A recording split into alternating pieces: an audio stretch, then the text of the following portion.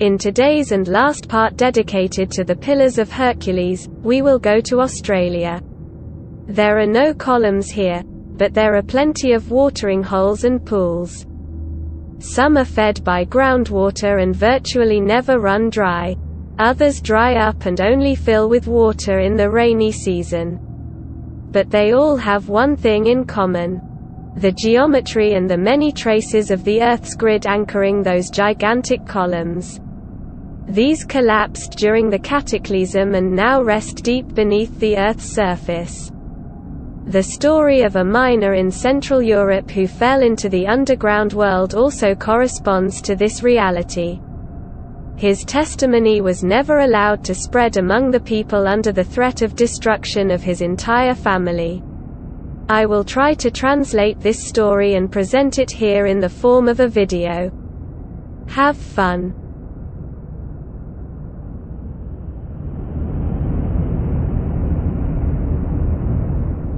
These chaotic lines that converge to watering holes seem to be paths. Let's look at their origins.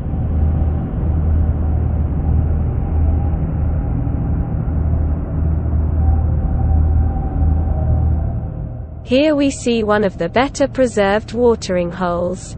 The peculiarity is that the whole block with the hole has shifted from its original location due to the block being knocked out by the high water pressure from the column. This is also evidence that the columns were hollow and filled with water.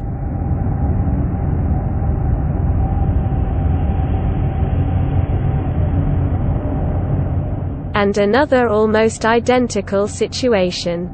Notice the coloration around the pool. It appears that there is groundwater rising in the vicinity, too, and that something has plunged in. Here I would like to recall again the petrification of the whole Earth during Armageddon.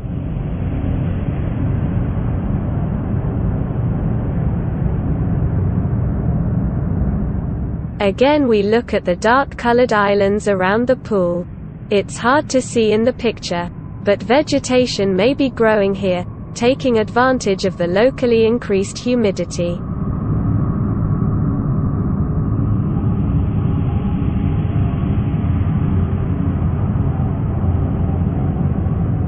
Two watering holes connected by a tangle of strange lines. Imagine you're winding a string that suddenly snaps, twists and disappears somewhere. Yes, you may recall the Nazca Plain.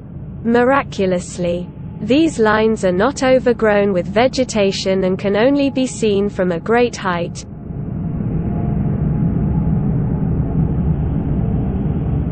There was very likely water here as well. The groundwater supply to the pool was probably interrupted by the rock.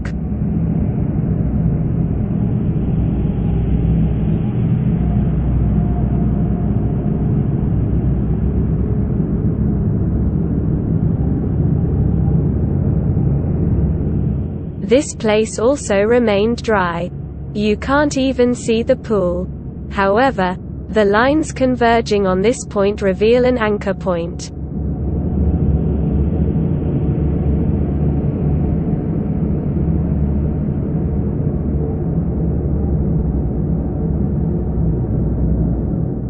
And this is what the detail looks like. We can only guess at the geometry of the pool.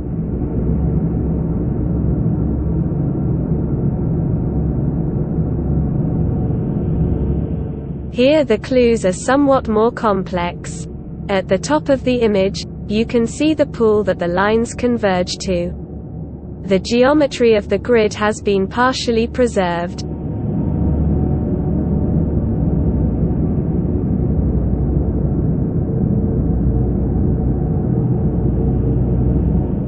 And another pool, this one with a more complex tangle of anchor marks.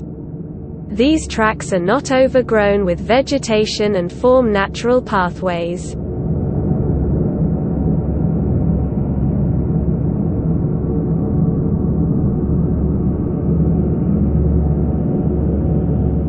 If mining companies see a similar image, they have good reason to look for something here.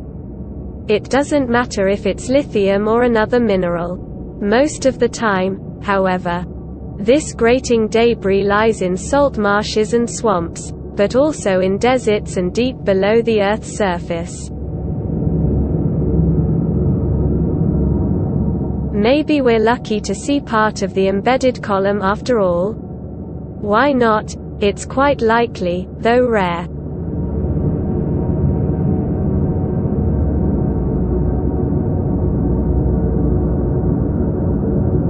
We will now take a quick look at some other watering holes and pools in the Australian desert and move on to some very interesting ones.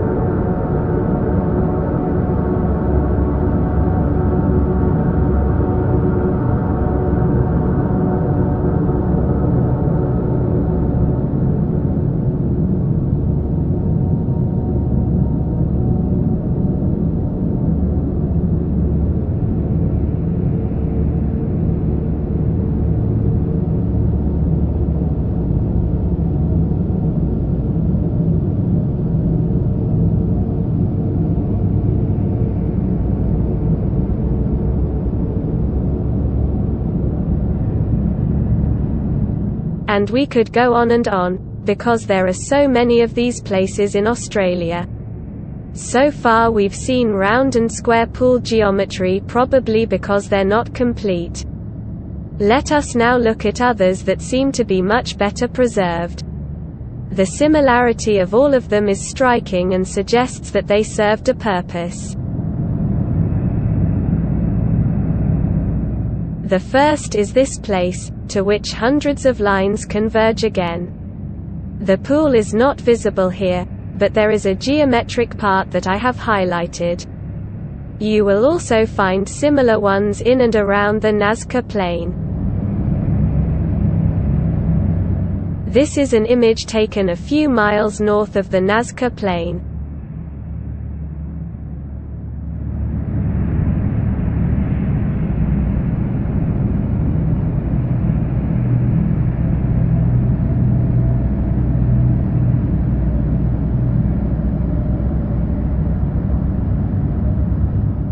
The shapes of these pools are identical, only more or less well preserved.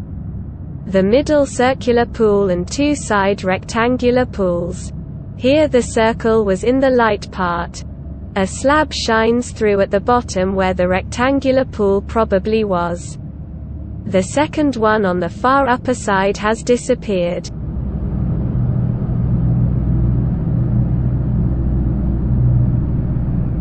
Roads that lead nowhere and the bright rampart around the pool suddenly disappear into the desert. Other tracks are clearly visible.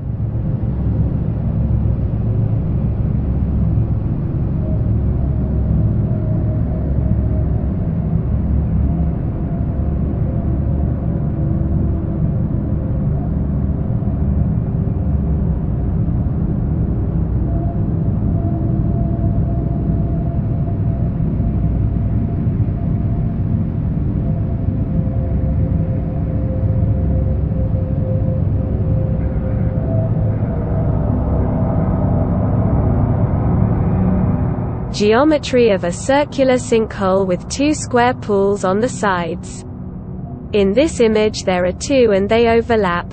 The first is highlighted in yellow and is filled with water. The second, blue, has noticeably less water. There may be two overlapping columns below the surface.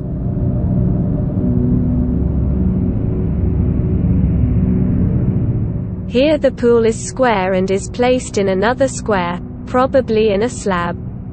In some cases there has been a great deal of deformation, or the shapes of the anchorage have varied. Today we can no longer say for sure. Note again the rampart disappearing into the desert.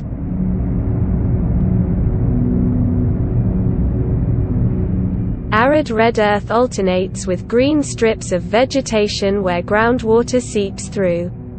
Here, part of the broken partition of the Earth grid and other traces of anchoring are still visible.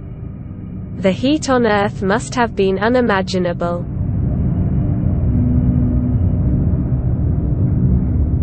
Some of these lines are still in use as local traffic routes. In the desert it is not worth laying asphalt, but in other densely populated places they are further modified for dust and passability.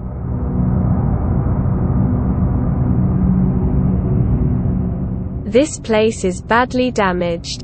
It may be a single-sided rectangular pool with preserved traces of anchoring.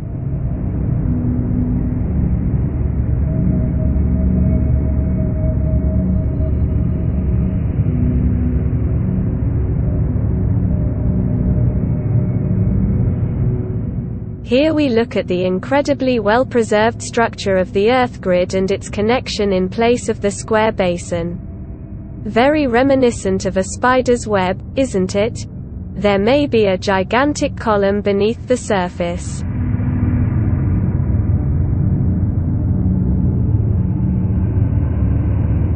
Detail of the pool from the previous picture.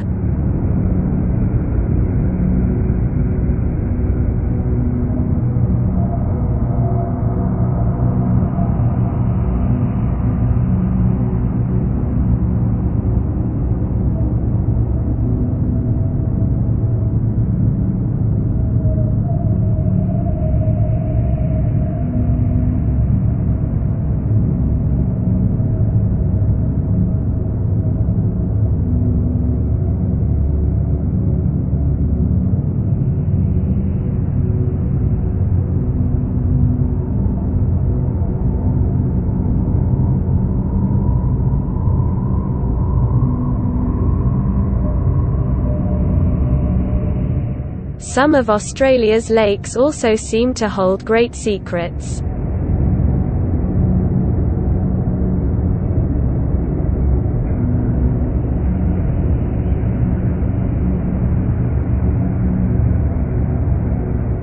All the lines around the Australian watering holes are in fact traces of the vanished grates we see in many salt and lithium open-pit mines. The mines are made up of pools with very strange geometries. The partitions are probably basalt and very hard and would be laborious and expensive to remove. This fact is an advantage to our investigation. We see the Old World construction in all its glory.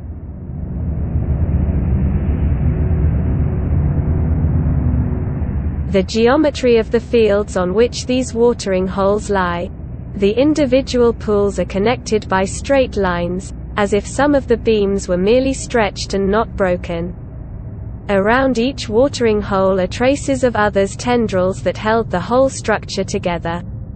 From the image, we can easily guess where the gigantic columns collapsed and disappeared beneath the surface.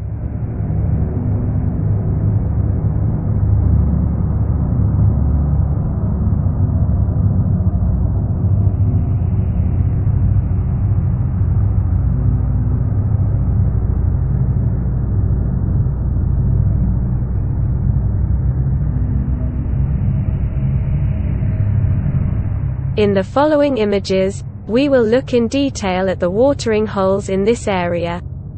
They appear to be very well preserved. It is always a plate with a central circular pool and two side rectangular pools. I dare say that this is an anchoring mechanism that was knocked out of the sinking columns by the enormous pressure of the water. However, that was not all.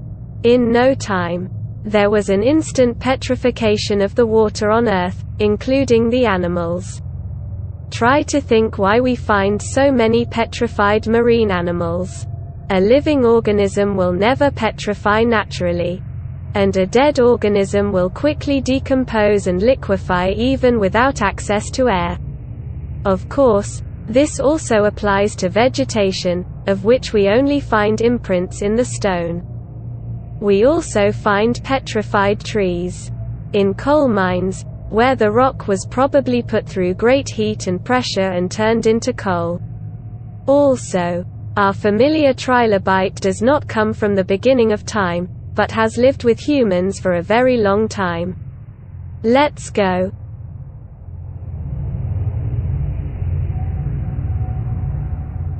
Here we see how all the lines converge to a dark point. The pool plate was cut out by the water pressure and moved away from this anchor point.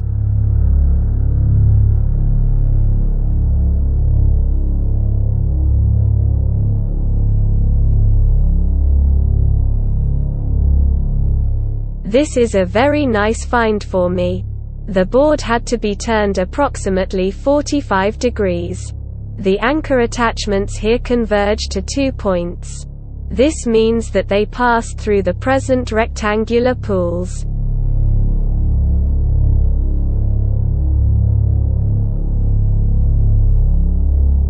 Here, again, only part of the anchoring mechanism has been preserved.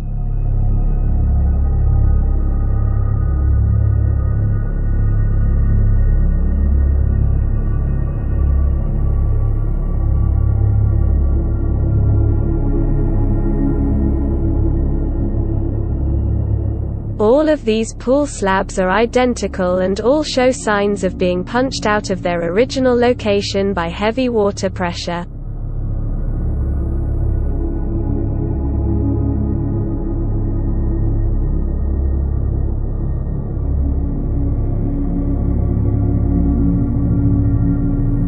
Traces of the earth web, on which the stone slabs lay above the biblical waters of the earth. Because just as the pillars were not just 2, so were the slabs not just 2. And the earth grid is also mentioned in the Bible in the same way as basalt is mentioned.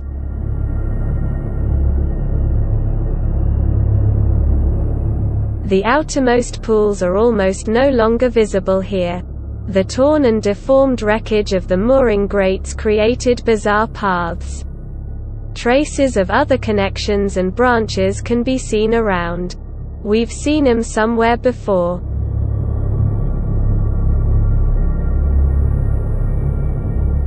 It is similar to the macrame technique, weaving strings. From one knot, more and more strings branch out.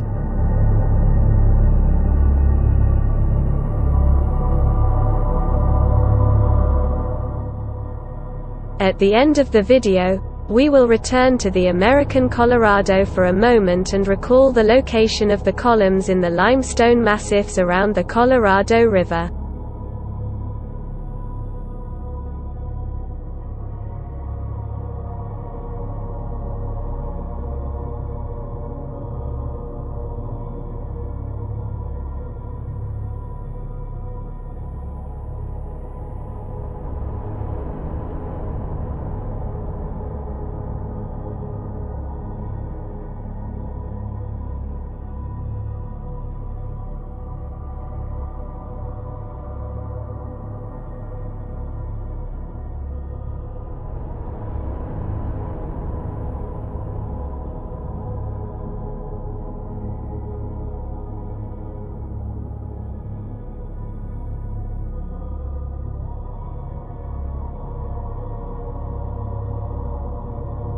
A view of the incredible depth of the Colorado Canyon from which the images were taken.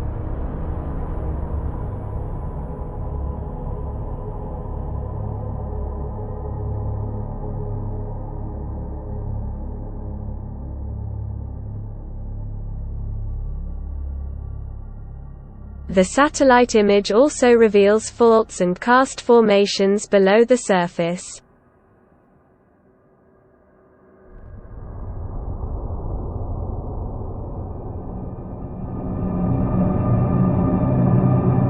So what were the columns holding up the fountain in People's Square in Rome?